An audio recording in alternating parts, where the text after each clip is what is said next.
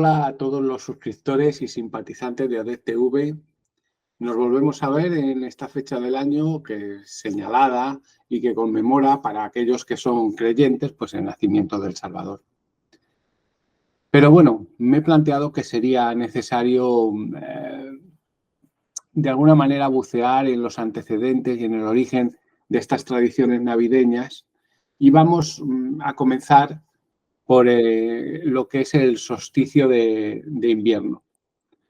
Bueno, la observancia o la práctica de rituales vinculados al solsticio de invierno son muy tempranas.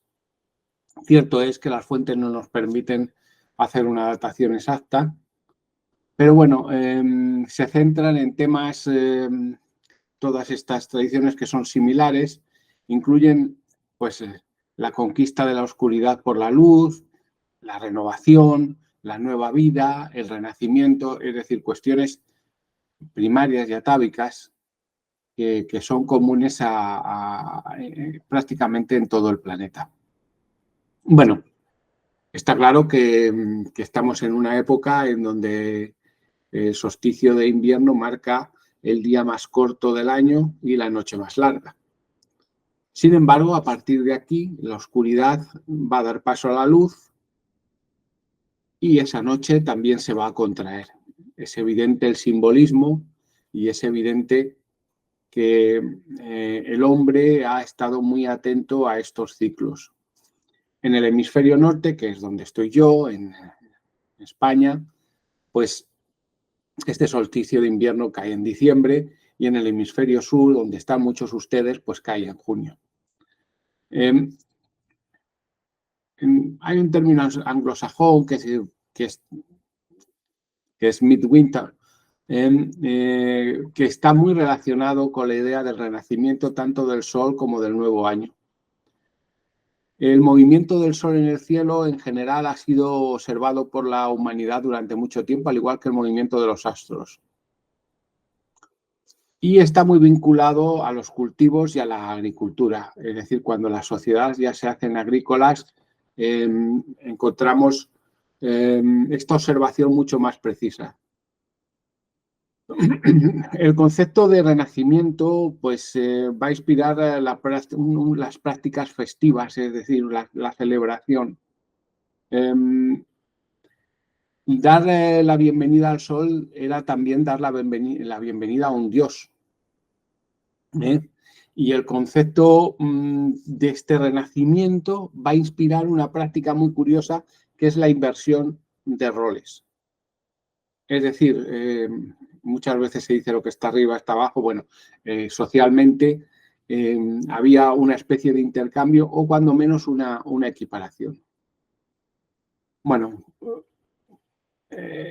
si queremos hablar de un precedente de nuestras fiestas navideñas, tenemos que hablar de las Saturnales, de Saturnalia en Roma, donde aquí sí el rol del esclavo y del amo pues se invertía.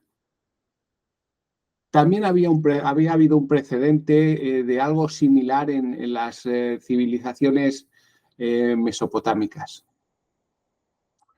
Las Saturnales eran un festival que estaba vinculado al dios Saturno, que aparte de su similitud con Crono, es decir, y todos tenemos en la cabeza la pintura de Goya de Saturno devorando a su hijo, pues tenía un aspecto eminentemente agrícola. Se celebraban del 17 al 23 de diciembre durante este solsticio de invierno. Había intercambio de regalos, por supuesto mucha alegría, estos cambios de roles, y era una de las celebraciones más populares y alegres del calendario. Vamos a encontrar fuertes similitudes con la celebración cristiana de la Navidad. Saturno era una figura misteriosa en la religión romana. Representaciones de este dios van a sobrevivir y lo muestran con un velo y sosteniendo una hoz o cuchillo de podar, y todo esto indica pues una relación muy estrecha con la agricultura y especialmente con una cuestión muy determinada que es el cultivo de las semillas con su propia simbología. Tenía un vínculo también este dios con deidades prerromanas y, bueno, por supuesto la vinculación del dios griego Cronos, y se le consideraba, por supuesto, una deidad primordial de las iniciales. Y igual que en otras culturas hay unos dioses específicos, Deméter y demás, se consideraba que era el dios que había enseñado la agricultura a la humanidad. Su gobierno se instaura en una especie de legendaria Edad de Oro y es por esto que su festival pretende tener reminiscencias de esta alegría, de esta Edad de Oro y de estos juegos. Al principio fue un solo día festivo, pero después se extendió una semana y aunque Augusto, que era bastante estricto, lo redujo a 3 días, de facto seguía durando una semana.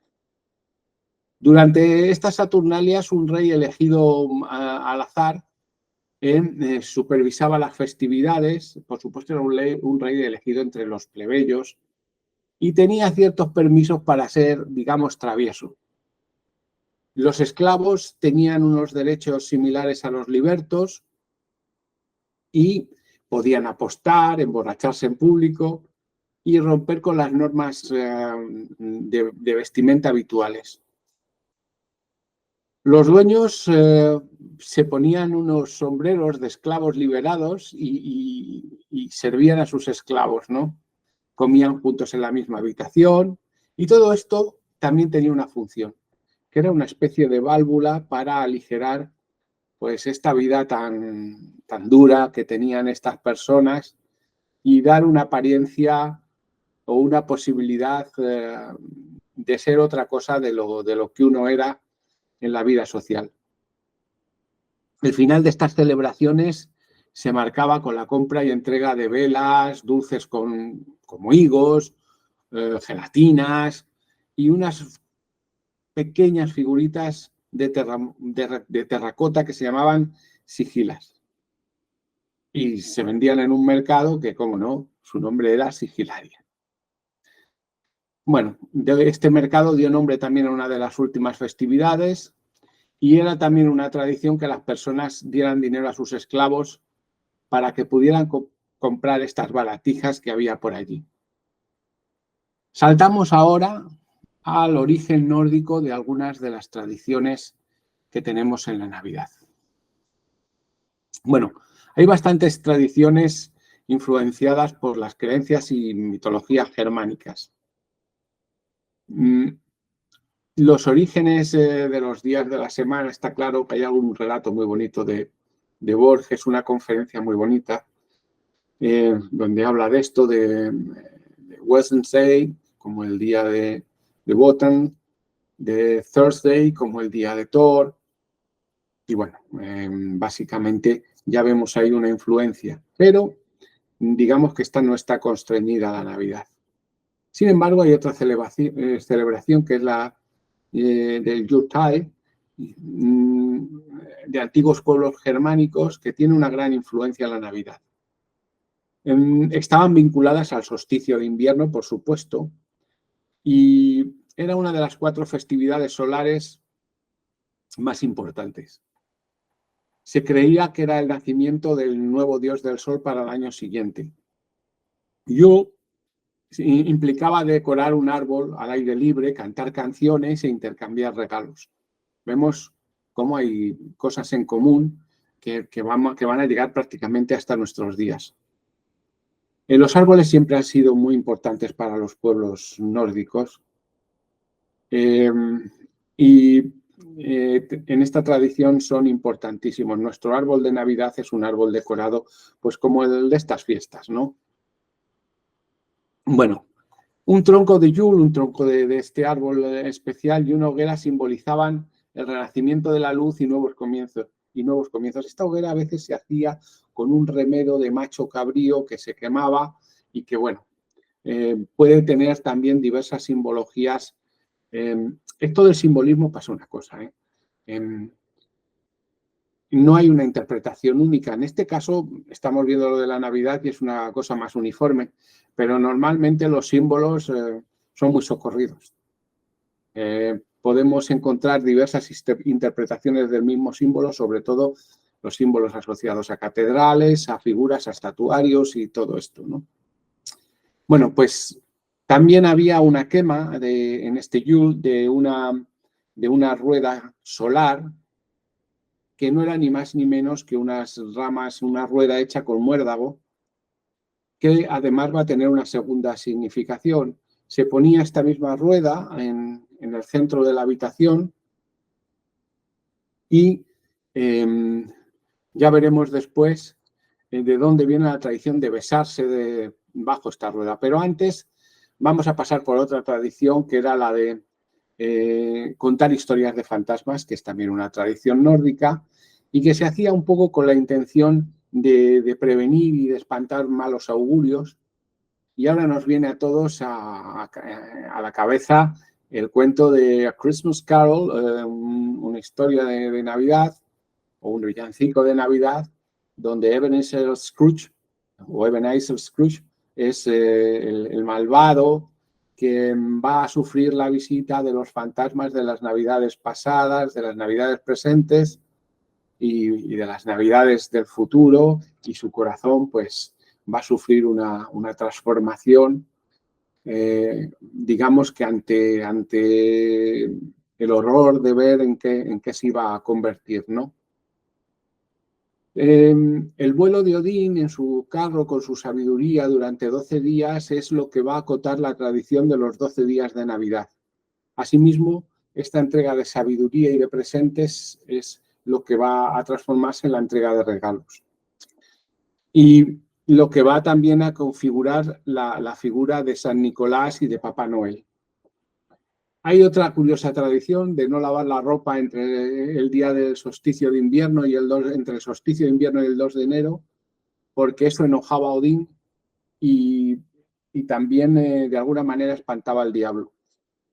Otro elemento importante es el jamón de Navidad, que significa abundancia y la hospitalidad de los invitados. Besar bajo el muérdago se origina en un mito asociado a la muerte de Balder. Balder era hijo de Odín y de Freya o Frigg, y era un dios atractivo, el más amado, dios de la luz, de la verdad. Sin embargo, Balder empieza a tener unos sueños, pesadillas, intranquilidad, y los demás dioses que lo aprecian pues querían protegerlo de esta ansiedad y de estos sueños, y entre todos confeccionan una lista en la cual se nombran las cosas que eran susceptibles de herir o de matar a Balder. Armas, enfermedades, plantas. Y su madre coge esta lista, peregrina por todo el mundo, digamos que firmando una especie de contrato verbal asegurándose de que ninguno de estos objetos va a dañar a su hijo. La verdad es que no le cuesta demasiado trabajo porque en la narración todo el mundo aprecia a Balder. Ella exultante vuelve y entonces celebra una fiesta que celebra que su hijo es invulnerable y los dioses le lanzan piedras sin hacerle nada, las piedras no le tocan, incluso Thor le manda su martillo que es rechazado, pero en toda esta alegría y en toda esta complacencia aparece la figura de Loki, que es un dios travieso y en cierta manera malvado, que no quiere tanto a Balder como el resto de los dioses. Y estaba muy convencido de que algo se podía hacer con esta ventaja de Balder con respecto a las heridas y demás. Se disfraza de mujer y engaña a su madre, a Freya, que le dice que, bueno, que no había tratado con el muérdago para este contrato de no dañar. Le falta tiempo a Loki para salir a por el muérdago y se lo da a Hogg, hermano ciego de Balder, que no había participado en el lanzamiento de objetos, pues diciéndole que, orientándole para que lo lance y demás. Cuando lo hace, se clava el muérdago en Balder y lo mata. Bueno, los dioses se dan cuenta de lo que ha pasado, pero el bueno de Loki ya había salido por piernas. Freya queda totalmente desconsolada, pero declara que el muérdago no debe de ser considerado como un arma y que ella daría un beso a cualquier persona que pasase debajo de esta rama. Es evidente que ya vemos de dónde viene la tradición. También se asocia posteriormente el muérdago con valores cristianos que han reemplazado a las creencias nórdicas. Este muérdago representa transformación, renovación y un triunfo de la vida sobre la muerte. Bueno, continuamos y nos trasladamos ahora pues un poco a la Edad Media. El cristianismo ha triunfado, estamos en la Edad Media, pero tengo que decir algo. Hasta el siglo IV, siglo V, pero más, yo diría que el siglo IV, la muerte de Jesucristo no era especialmente celebrada entre los cristianos. Sin embargo, a partir de esta fecha sí que se convierte, el nacimiento, perdón, ha sido un lapsus, de Cristo no era especialmente celebrado. Sin embargo, la muerte sí que era bien, sí que tenía su celebración. Pero este nacimiento no era una festividad relevante. Sin embargo, después de esta fecha comienza a tomar vigencia y durante la Edad Media se completan estos 12 días. Era un ciclo que ya en una sociedad muy agrícola era conveniente en el sentido de que presentaba un descanso durante un periodo en el invierno en que las tareas agrícolas estaban bastante suspendidas. Los preparativos de esta Navidad comienzan, digamos, en que los hogares pues acaparan leña y ramas, ya que los hogares modestos no tienen otra manera de adornar sus casas. Y cogen acebo, muérdago, hiedra. Quizá lo que nosotros ahora compramos y ponemos alrededor del misterio del nacimiento o en los pies del árbol. Y tenemos que saber que estas hierbas ya habían sido mágicas y trascendentes para gente como los celtas y los pueblos germánicos. También la conexión con la fertilidad explica también el que se conservase la costumbre de besarse debajo del muérdago. Además, se añadía la costumbre de quitar una valla blanca de este muérdago poco a poco, según se iban produciendo los besos correspondientes. Y otra práctica que tiene vinculación con las prácticas paganas era el yu, que es una abreviatura de lo que era el yule que hemos dicho antes. Es un tronco de un árbol ancestral, ahora no recuerdo la especie, y que debía de arder durante los 12 días para traer buena suerte, para iluminar el hogar y para simbolizar la victoria de la luz sobre la noche. Bueno, la Navidad se va a establecer desde el 24 de diciembre hasta el Día de los Reyes Magos, que es la Epifanía. Se incorpora esta tradición de la visita de los magos y que va a tener mucho que ver con los regalos y demás. Los preparativos navideños se llevaban a cabo tanto en los hogares ricos como pobres. Como hemos dicho, se recolectaba follaje y demás. Y también tenemos que decir que los pobres en esta época tenían entretenimientos modestos. Juegos de cartas, de dados, villancicos, música, juegos de mesa, narraciones y cuentos.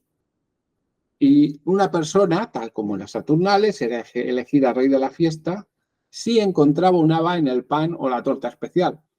Aquí ahora la tradición está por ejemplo, en España, con lo que llamamos el roscón de reyes, una rosca que el que tiene el haba, sin embargo, no tiene buena suerte, no es el rey, es el que paga el roscón, ¿no?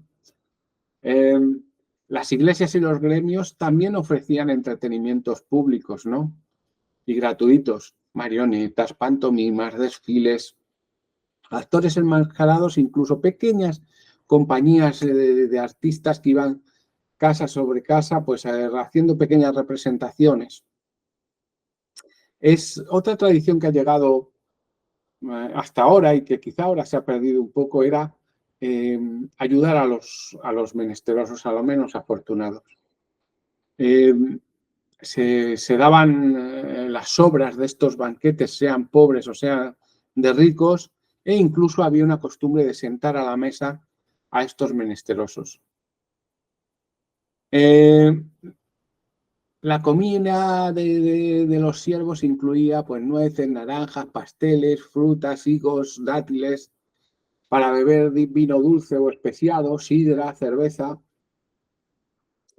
Y la gran comida navideña no era una cena, era un almuerzo temprano, ¿eh? Entre plato y plato, en las casas más pudientes, había actuaciones de acróbatas, bufones, juglares o trovadores. Había algunas veces que estas fiestas desembocaban en un descontrol, rápidamente se pusieron medios para controlarlas y la tradición de los regalos se va a asentar, ¿no? Desafortunadamente, lo habitual no era que los poderosos regalasen a los siervos, eran los siervos los que presentaban a su señor un pan y unos huevos adicionales a la talla, el impuesto que normalmente pagaba, e incluso hasta un pollo de Navidad. Alguna vez las clases más poderosas pues daban a sus empleados libres pues una pequeña gratificación y demás. El día 1 de enero se instituye otra vez dar los primeros regalos, como los primeros regalos del año, y las clases menesterosas pues hacían regalos manuales, tejidos, juguetes rudimentarios y artesanales, y las clases pudientes pues regalaban joyas y demás. Es muy importante, esto es muy curioso, una tradición, la de el primer huésped, y que se consideraba especialmente benigna si este primer huésped era un hombre, era moreno y tenía los pies planos. Yo me pregunto cómo podían comprobar esto de los pies planos, pero bueno, no me sorprende mucho, ¿no? La comida seguía siendo muy importante y bueno, en referencia a los primeros regalos, tenemos los regalos de los Reyes Magos, que cuando visitan al niño Jesús, pues le ofrecen oro, incienso y mirra. Y bueno, los ricos asimilaban sus regalos a esto. Y digamos que hasta aquí me podría extender con las tradiciones victorianas, más recientes. Bueno, sabemos que ahora, en la actualidad, quiero decir también que en la Edad Media era muy importante la celebración religiosa, había que participar sí o sí, es decir, se controlaba la obligatoriedad de acudir a los oficios religiosos. Y también tengo que decir que la Iglesia hacía un esfuerzo, tanto en pequeñas parroquias como en grandes iglesias, porque esos días y esos ritos fueran especialmente diferentes, ornamentados y especiales, y también habría un significado cristiano profundo que era muy asumido por la gente, pero había un carácter obligatorio. Al día de hoy, pues puedo decir a todos los oyentes que está muy claro. La Navidad para alguna gente puede tener, y digo puede, entre comillas, un aspecto sin duda religioso y de una celebración, pero la Navidad ha pasado a ser una apología del consumo. No nos vamos a rasgar las vestiduras porque quien más y quien menos pues participa de esta apología. Y bueno, sí que vemos las Saturnales reflejadas de muchas maneras, las tradiciones nórdicas y las tradiciones cristianas, ¿por qué no? Pero lo que es cierto es que para el hombre de hoy lo primero que hay es Amazon, eBay y el mercado chino Alibaba, los grandes centros comerciales, la obligación de divertirse y festejar no para adentro sino hacia afuera. Y bueno, en ese mundo vivimos, ¿no? Es lo que hay. Si no nos gusta, estos son nuestros principios. Si no nos gustan, tenemos otros, como decía Groucho Marx. Y doy por terminado aquí el tema que quería tratar hoy de la Navidad. Pero no quiero despedirme sin hacer un balance de lo que ha sido, digamos, la temporada para Somos Historia, para Devaneos y para Entre Líneas. De estos 3 hijos que han surgido, yo tengo una debilidad tremenda por Entre Líneas, porque han pasado personas verdaderamente notables. Siempre estamos en el canal con Kali Yuga, la modernidad no está, la modernidad no es cual, pero existe un núcleo importantísimo de gente que dan testimonio de todo lo contrario. Gente que son verdaderos intelectuales, independientemente de lo que piensen, con carreras estupendas. Hemos entrevistado a religiosos, hemos entrevistado a profesores de toda condición, a filósofos. El saber está muy, muy vivo y muy, muy accesible.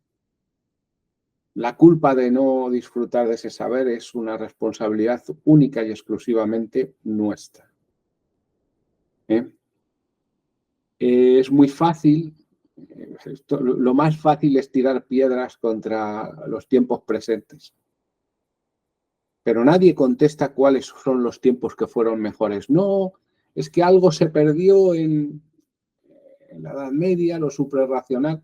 Yo solo pregunto una cosa, ¿vale? Se perdió, lo admito. Ahí está. ¿Qué frutos produjo eso? La escolástica, el tiempo de la escolástica, el tiempo histórico es horrible. Es brutal.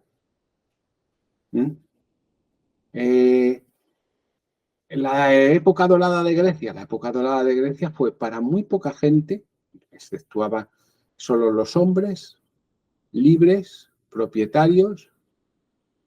Sí, ha trascendido para nosotros unas obras que tienen un valor infinito, que han cimentado la sociedad occidental, pero realmente la vida de la gente de esa época era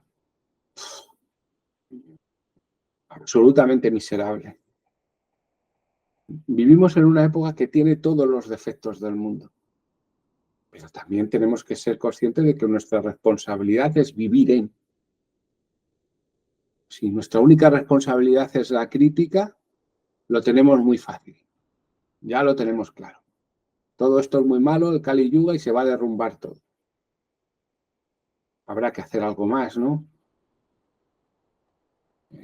En fin, de alguna manera, Entre Líneas demuestra que hay gente que sigue depositando saber, que sigue con unos parámetros interesantísimos en el mundo de las ideas y en el mundo de la ciencia y en el mundo de la academia.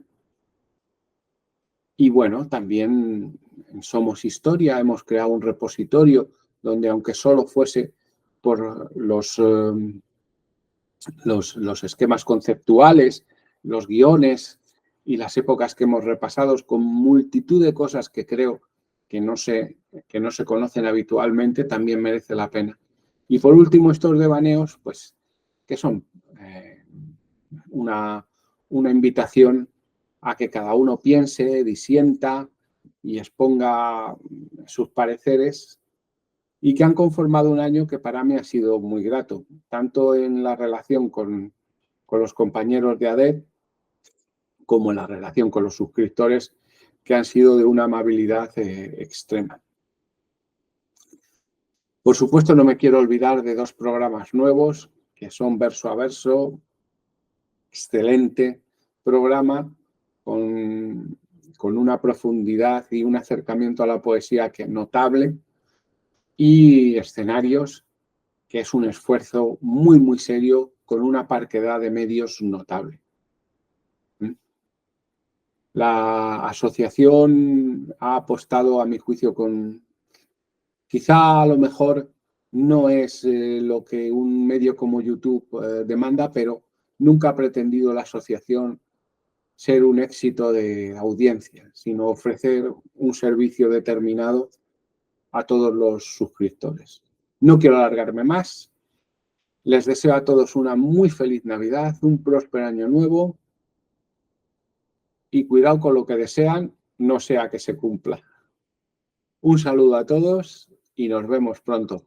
Por nuestra parte, no vamos a interrumpir las emisiones de los programas, puesto que muchos están grabados y porque además aquí en este hemisferio pues no es verano, no son vacaciones, son vacaciones para los que son maestros y escolares, pero para el resto del mundo, pues salvo los días de fiesta, pues hay que trabajar.